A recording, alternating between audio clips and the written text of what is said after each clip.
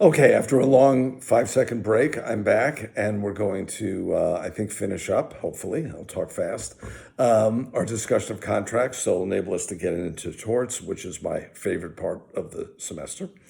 And before we get to the few questions at the end of chapter 8, or in the middle of chapter 8 that we talked about, I want to throw in a few things that kind of get in the way of contracts being complete, contracts being perfect, and sometimes contracts being fulfilled.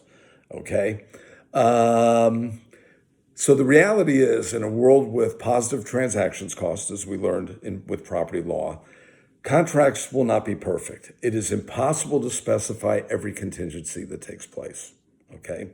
So, example, the syllabus is a contract between me and you. But in the labor economics class, because of the issues we're dealing with the virus, I postponed the second midterm, okay? Because given the logistics of trying to change the way that we're teaching the class and administering exams, it was too little time to be able to successfully accomplish that. So we had an extenuating circumstance that led to changing something that actually was in the contract. Okay, natural disasters are perfect examples. Again, the virus, unfortunately, is the best example probably ever in this country of an inability to fill all sorts of contracts. As you know, there's so many things that you expected to happen in the sports, the entertainment world, in terms of business dealings and the like, that are not taking place because of that. Death of a well-known figure, death of a former president, for example, sometimes would basically close down the country for a day or two, and certain things that may have been promised on that day get delayed. A power outage, okay? We had a significant one when I was a kid back east in New York, and the power went out for many, many hours and stranded all economic activity in the New York and surrounding areas. Okay. One final example that was very challenging and almost involved a breach of contract was when I taught at UCLA, and I had provided a midterm exam for my class. My class had between 250 and 300 students, and the department secretary forgot to Xerox the exams. And I showed up like a half hour before class. Where are the exams? She forgot to do them. She desperately started running them off. We actually started the exam about 15 or 20 minutes late, but it all worked out in the end, although we had reason to expect along the way that it was not going to work out in the end. Okay. A few other situations that I want to talk about before we get to the questions, where perfect contracting is not going to be possible. The examples I gave was a lot of very unforeseen circumstances, but there are other situations that are not quite as much of a surprise that gets in the way of perfect contracting. So, for instance, if you have an unstable individual, right? So the late Anna Nicole Smith, who was the Playboy model and actress and all that, who married an 89-year-old billionaire oil man who was in a wheelchair in Texas, and his will specified, I believe, she would be the sole heir. The family sued, arguing that that was an invalid contract because he was not of stable mind when he entered into the contract. So they fought over that for years and years and years. You can read about it if you care. Okay, children. Children are not legally responsible for a contract.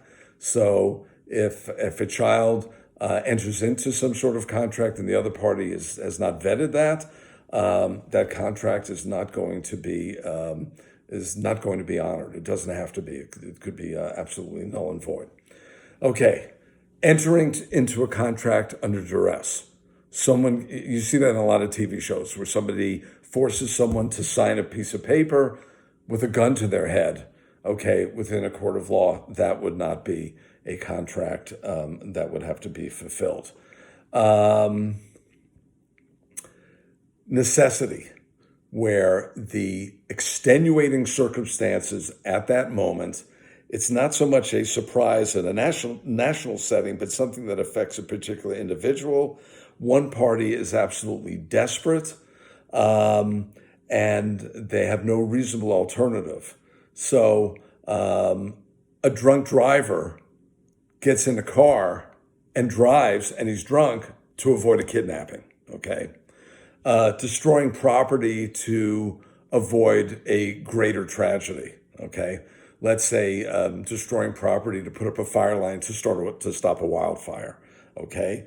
That would, party could still sue for some sort of damages, but it's certainly not, it's not perfect contracting, and you can understand in those kind of circumstances, people do desperate things, trespassing on someone's property to get out of a crime scene to avoid someone who's chasing you, and things of that nature.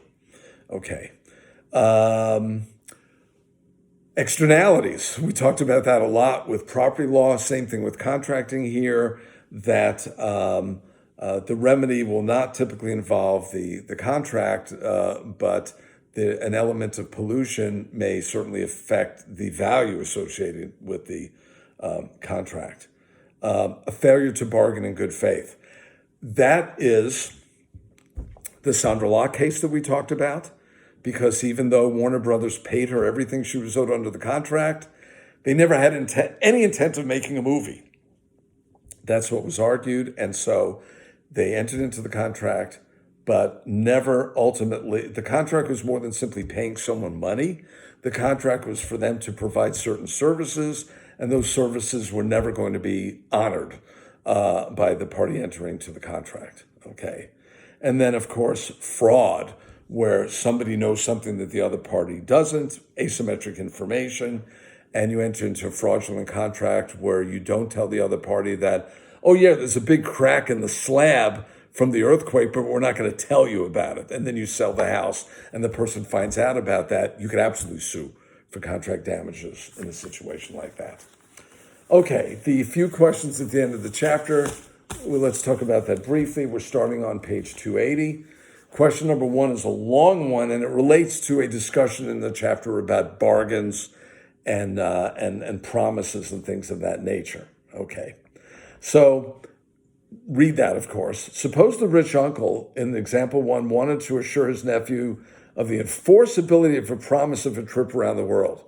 If your uncle promises you a trip, but you provide nothing in return, you can't hold them to it. But if you give them something of value, whatever the value might be, then in fact, it would be an enforceable bargain. So according to tradition, the uncle would solemnly offer to give his nephew a trip around the world in exchange for a peppercorn from the dinner table. A peppercorn would be that little round object that you grind when you want fresh pepper, and the nephew would solemnly give the uncle a peppercorn. Will it be enforceable? It's consideration, so the answer is going to be yes. And by the way, we have talked to lawyers on cases, and they actually bring that up. Oh, there's only peppercorn damages associated with that. So that is, in fact, nothing that's out of the ordinary. Okay, the second question is actually 8.3 on page 286. That relates to a decision tree diagram that we actually did a variation of in a box in one of the earlier lectures. Explain why the numbers indicate that the second player is liable for expectation damages in the event of a breach, because they are liable because if they had followed through with the contract, the plaintiff would have had profits equal to 0.5. They didn't follow through with the contract, so they're liable for the 0.5. The investment, get the money back, the sum equal to 1, get back, plus the 0.5 return that was expected. Okay, pretty easy. And then finally, question number 4, in the same decision tree problem, both parties desire enforceability when the promise is made, but when the time comes to perform, the promisor may not want enforceability. Okay? What do these facts say about the Pareto efficiency of enforcing a promise? Here's the big deal. There's a big difference between an ex ante and ex post situation. Before the fact, you have certain expectations of what's going to be, okay? When you were planning trips for this spring or spring break, you had certain expectations, and those expectations were not realized. So the efficiency of making the promise enforceable is to allow one party to rely upon the commitment made by the other party, okay? If circumstances change, that's why we have breach remedies. And that's why we had the 6-cell box that took into account that the party that the promisor may decide, you know what, I don't want to go through with it at this point because it's simply going to be too difficult to come through with it at this point, okay? It's like Amazon with Prime. They always promise 1-2 day delivery, but right now, clearly they're unable to do that given the constraints on them with regards to everything that's going on in the world. Okay. Off to torts next.